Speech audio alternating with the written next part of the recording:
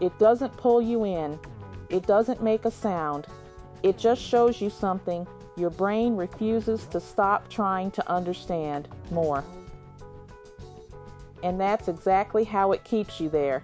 Nobody could tell you exactly when it started. The oldest residents would shake their heads and look away when you brought it up, their eyes going somewhere distant, somewhere uncomfortable. The well had always been wrong. Even before the first incident, children refused to play near it.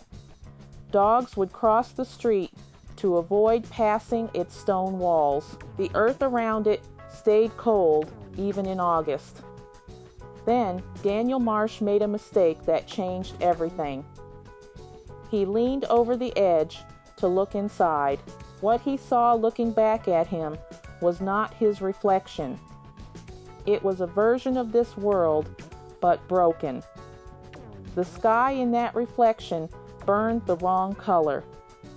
Buildings stood at angles that defied gravity, and the shapes moving through that shadowed landscape were not human, though they moved like they were trying to remember how. Daniel ran. He never spoke about it in detail, not to anyone who would repeat it clearly.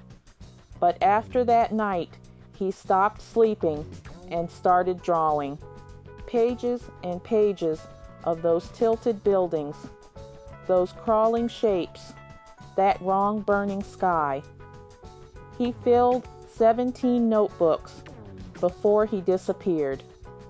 His notebooks are the reason we know what the well actually is. According to the patterns Daniel documented, the well is not simply a hole in the ground.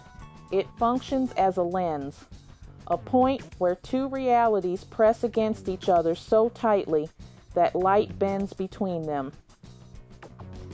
What you see at the bottom is not a reflection of you. It is a reflection of something on the other side looking through at the same moment you look in. And sometimes what is on the other side decides it wants a closer look. 3 other people in Millhaven's history leaned over that edge. All 3 experienced the same sequence. First, the wrong reflection. Then, a sound from below like breathing amplified and slowed. Then, an overwhelming pull, not physical, but psychological. A desperate need to keep watching, to understand what you were seeing. 2 of them managed to step back. 1 did not. The horror of the well is not that it is violent. It does not grab you. It does not drag you down. What it does is far more disturbing. It shows you something so fundamentally alien, so deeply wrong, that your mind cannot process it and simply keeps reaching for an explanation that never comes.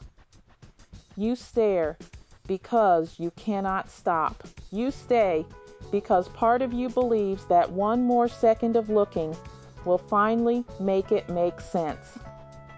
It never makes sense. That is precisely the point.